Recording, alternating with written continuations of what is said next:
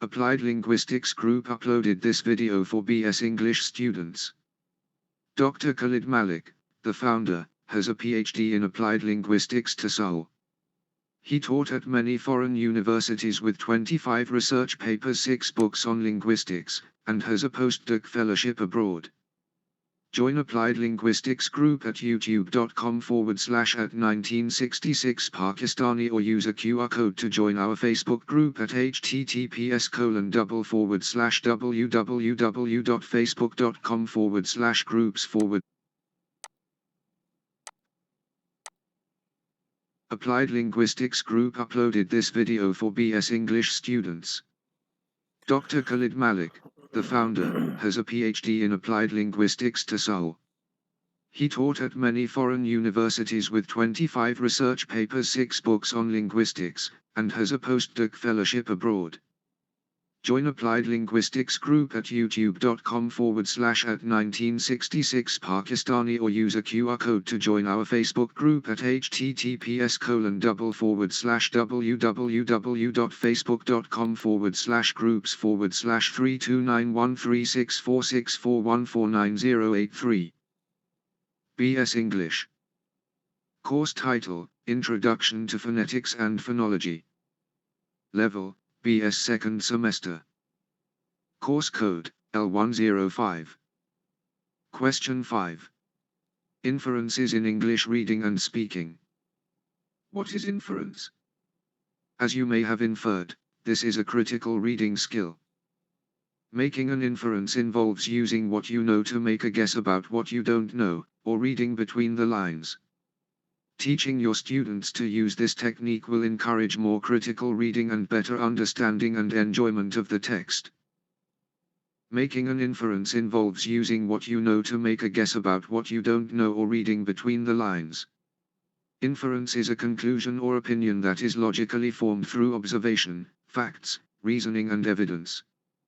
Learn about the meaning of inference, explore how to infer an intended meaning and understand how to practice making inferences.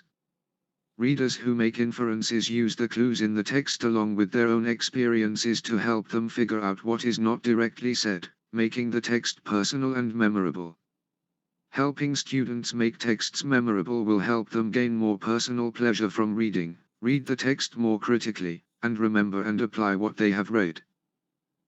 We all have to take those standardized tests where you're presented with a large passage of text and must work your way through the multiple choice problems that follow. Most of the time, you will get questions asking you to find the main idea, determine the author's purpose, understand vocabulary in context, figure out the author's tone, and, the topic at hand, make inferences. For many people, understanding how to make an inference is the toughest part of the reading passage, because an inference in real life requires a bit of guessing. On a multiple choice test, however, making an inference comes down to honing a few reading skills like these listed below. Read them, then practice your new skills with the inference practice problems listed below. What exactly is an inference? Step 1. Identify an inference question. First, you will need to determine whether or not you're actually being asked to make an inference on a reading test. The most obvious questions will have the words suggest, imply or infer right in the tag like these. According to the passage, we can reasonably infer. Based on the passage, it could be suggested that which of the following statements is best supported by the passage? The passage suggests that this primary problem. The author seems to imply that. Some questions, however, will not come right out and ask you to infer. You will have to actually infer that you need to make an inference about the passage. Sneaky, huh? Here are a few that require inferencing skills, but don't use those words exactly. With which of the following statements would the author most likely agree? Which of the following sentences would the author most likely use to add additional support to paragraph 3? Step 2. Trust the passage. Now that you're certain you have an inference question on your hands, and you know exactly what an inference is, You'll need to let go of your prejudices and prior knowledge and use the passage to prove that the inference you select is the correct one. Inferences on a multiple-choice exam are different from those in real life. Out in the real world, if you make an educated guess, your inference could still be incorrect. But on a multiple-choice exam, your inference will be correct because you'll use the details in the passage to prove it. You have to trust that the passage offers you the truth in the setting of the test and that one of the answer choices provided is correct without stepping too far outside the realm of the passage. Step 3. Hunt for clues. Your third step is to start hunting for clues supporting details, vocabulary, characters' actions, descriptions, dialogue, and more to prove one of the inferences listed below the question. Take this question and text, for example. Reading passage. The widow Elsa was as complete a contrast to her third bridegroom, in everything but age, as can be conceived. Compelled to relinquish her first marriage after her husband died in the war, she married a man twice her years to whom she became an exemplary wife despite their having nothing in common, and by whose death she was left in possession of a splendid fortune, though she gave it away to the church. Next, a southern gentleman, considerably younger than herself, succeeded to her hand, and carried her to Charleston, where, after many uncomfortable years, she found herself again a widow. It would have been remarkable if any feeling had survived through such a life as Elsa's. It could not but be crushed and killed by the early disappointment of her first groom's demise, the icy duty of her second marriage, and the unkindness of her third husband, which had inevitably driven her to connect the idea of his death with that of her comfort. Based on the information in the passage, it could be suggested that the narrator believes Elsa's prior marriages to be uncomfortable, but well suited to Elsa. B. Satisfactory and dull to Elsa. C. Cold and damaging to Elsa. D. Awful, but worth it to Elsa. To find clues that point to the correct answer, look for descriptions that would support those first adjectives in the answer choices. Here are some of the descriptions of her marriages in the passage. She became an exemplary wife despite their having nothing in common. After many uncomfortable years, she found herself again a widow. The icy duty of her second marriage and the unkindness of her third husband which had inevitably driven her to connect the idea of his death with that of her comfort. Step 4. Narrow down the choices. The last step to making a correct inference on a multiple-choice test is to narrow down the answer choices. Using the clues from the passage, we can infer that nothing much was satisfactory to Elsa about her marriages, which gets rid of choice B. Choice A is also incorrect because although the marriages certainly seem uncomfortable based on the clues, they were not well suited to her as she had nothing in common with her second husband and wanted her third husband to die.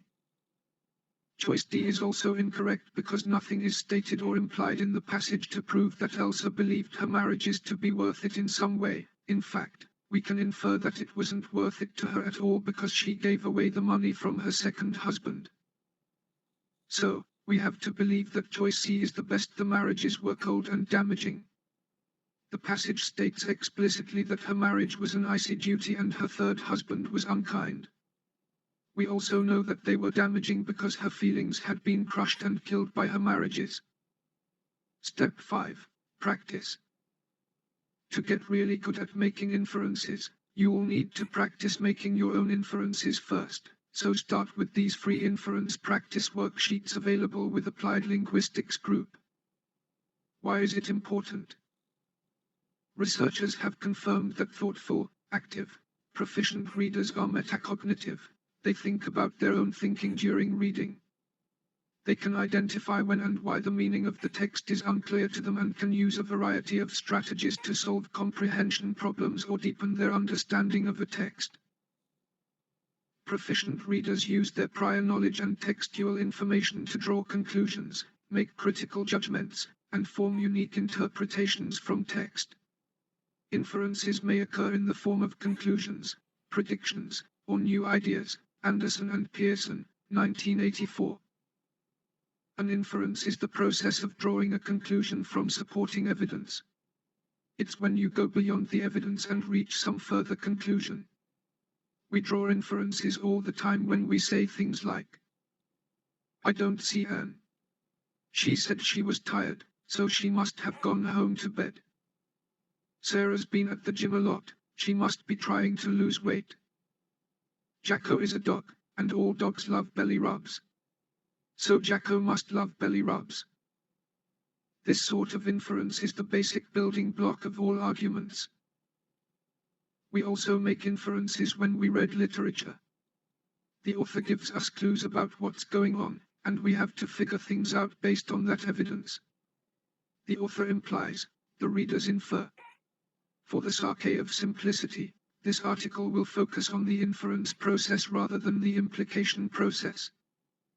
Inferences can be good or bad depending on how logical they are. The first example here is pretty good, the third is very good, and the second is actually bad. The importance of inferences. Without inferences, there's no way we could understand our world. It's all well and good to ask for evidence and proof, but sooner or later we inevitably have to go beyond the evidence and actually draw a conclusion. Inferences are also critically important for literature, because otherwise authors would have to explain everything to us out loud. How boring.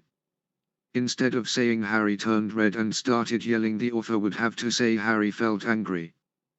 That would be much more dry and less fun to read. So authors make their books compelling by giving you clues and rich details, then letting you draw your own conclusions as a reader. Even if the conclusions are pretty obvious, as in the example of Harry's anger, it's more fun as a reader if you get to make the inference for yourself. Examples of inference. Scientific examples with references. In spite of the fact that there are virtually no controlled clinical trials examining the effects of obesity in people, we can make some inferences from animal research. Patrick Johnson, Skeptical Inquirer, September/October 2005. We cannot see a past event directly, but science is usually based on inference, not unvarnished observation. You don't see electrons, gravity, or black holes either. Stephen Jay Gould, Wonderful Life, 1989. The writer of science fiction extends or projects or draws inferences from what is known and accepted. Karl Kroeber, Romantic Fantasy and Science Fiction, 1988. General examples. Example 1. You're about to enter a classroom. It's 8:57, and there is lots of chatter coming from inside the room. You infer that there's a 9 class that hasn't started yet. Making inferences, how to build this critical thinking skill. Making inferences is a strategy that involves using evidence and reasoning to arrive at a conclusion. This critical thinking skill uses prior knowledge and experience to connect unknown facts with known information. Examining inferences can help you comprehend situations and understand them in their entirety. During teaching classes, Dr. Khalid explains in a way what it means to make an inference and go through the analytical steps you can take to start making inferences of your own. What is making inferences? Making inferences is an analytical strategy that deduces a conclusion based on specific evidence, including prior knowledge. For instance, if a coworker showed up to work with a cast on their arm, you could infer that they broke their arm since you know doctors put casts on broken bones. Making inferences is a way of connecting unknown information with the known.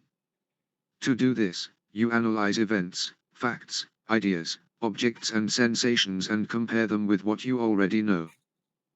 Inferences versus assumptions versus predictions. While inferences, assumptions and predictions help individuals explain why something is occurring, they have some differences. First, inferences and predictions use logic, whereas assumptions use opinions. Assumptions are beliefs individuals have and often take for granted. These can affect your inferences and predictions. An example of an assumption is to say that eating meat cold is unappetizing. It's an assumption since there is no logical evidence given to support this, and some people may prefer eating cold deli meat. However, an inference may be that eating cold meat can make you sick since you personally have experienced getting sick after eating a serving of cold meat. Predictions are methods for thinking about what happens next based on what you already know. But when you infer, you inquire what an author or individual meant by their action. In other words, predictions focus on what occurs, while inferences focus on why they occur. Guide to making an inference. Use these steps to help you make an inference. 1. Identify the premise. When making an inference, first identify what you are inferring. This allows you to focus on what you are trying to understand. For example, if you see your brother carrying a baseball, you may want to make an inference in regards to what your brother is doing. 2. Ask a question. After identifying your premise, you can ask a question about what is occurring. The conclusion you make at the end of your inference can help answer this inquiry. For instance, you may ask, "Where is my brother going?" 3. Search for clues. Next, look for clues that may help you make your inference. You can do this by observing the situation. In the above example, you may note that your brother is carrying a baseball. You may also see that he has keys in his other hand. 4. List relevant details. Create a list of relevant details that may help you determine what's happening. For instance, you may remember that the last time your brother carried a baseball, he was about to go to the park to play with the neighbor. You also might recall that when your brother has keys in his hand, it usually means he's driving somewhere. However, you also know that sometimes when he has keys, it's because he's returned from somewhere else. 5. Narrow down the choices. Once you have a list of details, begin eliminating the ones that are probably unlikely. Doing this can help you reach your logical conclusion.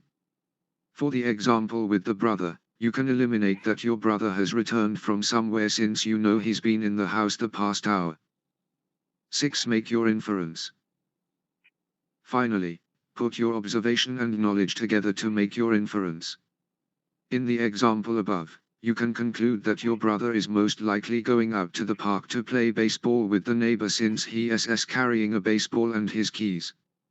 You reached this conclusion by thinking back on your experience and observation. Examples of making inferences. Here are some examples of people making inferences in real life.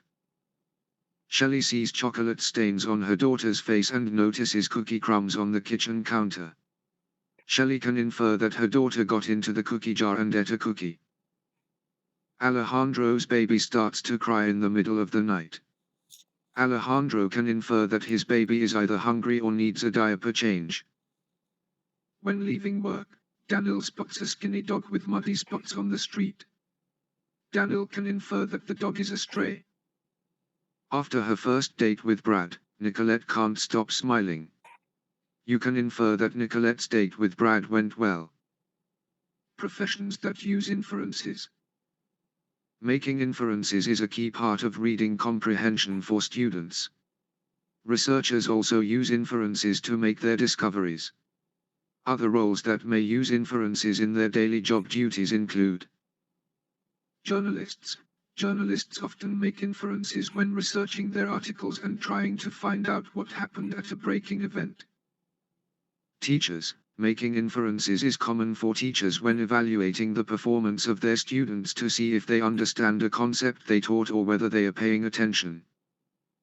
Police officers. Police officers use inferences to determine who took part in a crime and where the suspects might be located. Emergency medical technicians. When diagnosing patients, emergency medical technicians will infer based on the patient's symptoms. Scientists. Scientists make inferences when conducting experiments to help them understand the relationship between certain actions. Statisticians. Through hypothesis testing and the analysis of subset data, statisticians regularly make probable inferences about underlying populations. Applied Linguistics Group uploaded this video for BS English students. Dr. Khalid Malik, the founder, has a PhD in Applied Linguistics to Seoul. He taught at many foreign universities with 25 research papers, 6 books on linguistics, and in a postdoc fellowship abroad. Join Applied Linguistics Group at youtube.com/@1966 Pakistani or use a QR code to join our Facebook group at https://www.facebook.com/groups/329136464149083.